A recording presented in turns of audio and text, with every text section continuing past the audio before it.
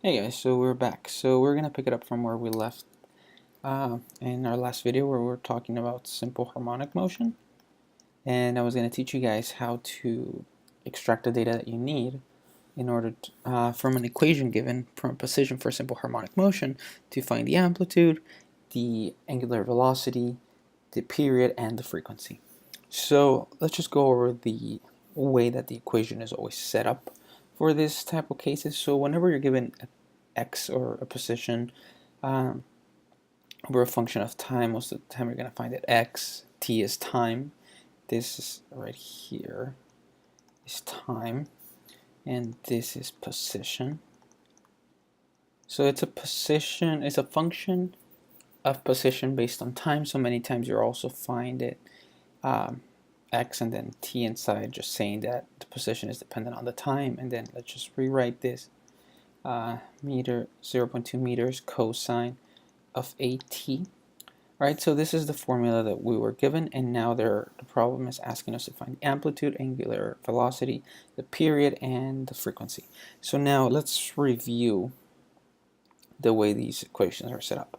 So whenever you're given a position function, it's always x, or the position, is equals to the amplitude of your simple harmonic motion times your cosine. And then what's inside of the parentheses is always omega times time. So this right here is your angular velocity.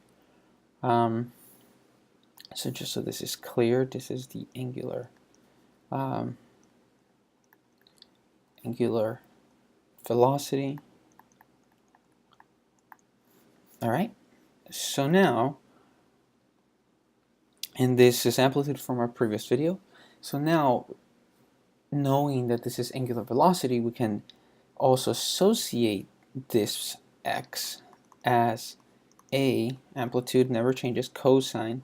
And then the angular velocity is the same thing as 2 pi over our period, as you guys may recall, times time, right? Or let me just erase that x because it might be a little confusing. Times your time. So then now you're going to be finding, you can find your period using this equation, right? And then by the same coin, we can use the fact that we know that frequency is equals to 1 over period to find that this is, the position is the amplitude times the cosine. And then inside here we're going to have 2 pi frequency, because 1 over t, right? We have a 1 right here, 1 over t, that's frequency. So then it's 2 pi frequency times the time, right? So that gives us our equations right there. So they're all related to angular velocity, your amplitude, your period, and your frequency. So now, based on this that we found right here, what is the amplitude? Well, the amplitude is whatever comes before the cosine. So in this case, what comes before the cosine here is this 0.2 meters. So our amplitude is going to be 0.2 meters. All right. What's our angular velocity? Well, our angular velocity is just for whatever is right in front of the t. Always. All right.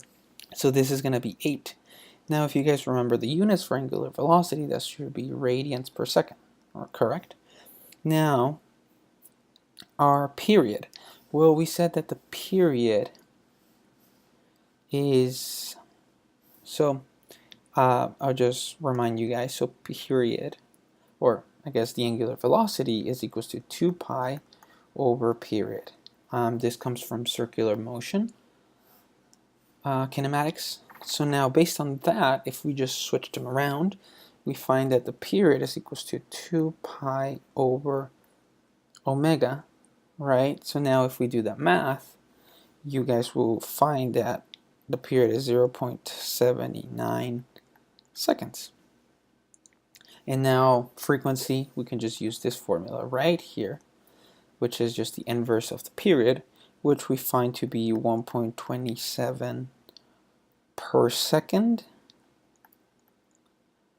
or many times that's denoted as 1.27 seconds to the negative 1, or the more commonly used unit for frequency is hertz, which they're all the same thing. So per second, second to the negative 1, or hertz, they are all the same. So now you know how to find the amplitude, the angular velocity, the period, and the frequency just from a position position time equation. I hope this helped you guys in your studies, and remember to subscribe and leave us a comment.